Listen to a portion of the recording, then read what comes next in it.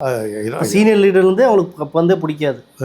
Senior லீடர்லாம் AIADMK பிடிக்காது. அவங்க அந்த அம்மா அவங்க அப்போ நாங்கள் வந்து சொல்லிக்கிட்டே இருந்தோம். நாவலர் எங்கள் வீட்டுக்கு எல்லாருமே வந்துட்டு போவாங்க. அது எல்லாம் ஒரு குரூப் தான் இவங்களா. நாவலரும் எங்கள் அண்ணனும் பேசிகிட்டு இருக்கும்போது ஒரு தடவை அவர் கூப்பிட்டாரு. நான் இப்போ சாப்பிட்டுக்கிட்டு இருந்தாங்க.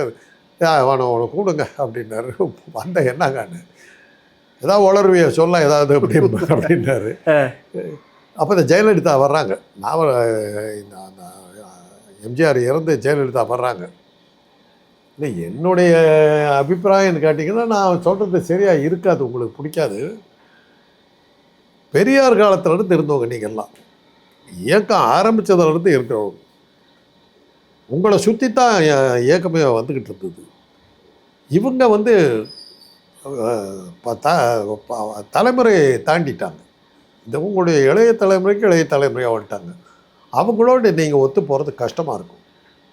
அதனால் நீங்கள் எல்லாம் விலகிட்டிங்கன்னா நல்லாயிருக்கும். அட்வைசருங்கிற பேரில் வெளியிலேருந்து நீங்கள் எதாவது பண்ணுங்கள். அவங்க கூட இருக்க வேணான்னு நினைக்கிறது தான் என்னுடைய இது. கௌரவமாக நீங்கள் வெளியே போயிட்டால் நல்லாயிருக்குங்கிறது என்னுடைய ஃபீலிங்குங்க. 2 பேரும் என்னை உதைக்கல. கிரிக்கெட்டில் எப்படி தோனி சீனியர் பிளேயர்ஸை வந்து ஒதுக்கினாரோ அது மாதிரி ஒதுக்கிட்டாரா? அது நான் சொன்னதை அவங்க 2 பேருமே ஏற்றுக்கல. அதனுடைய விளைவு அவங்க 2 பேருமே அனுபவிச்சாங்க, மாட்டிக்கிட்டு பிடிச்சாங்க. உதிர்ந்த ரோமாங்கிற பேரோடு வெளியே போனார் நாவலர்.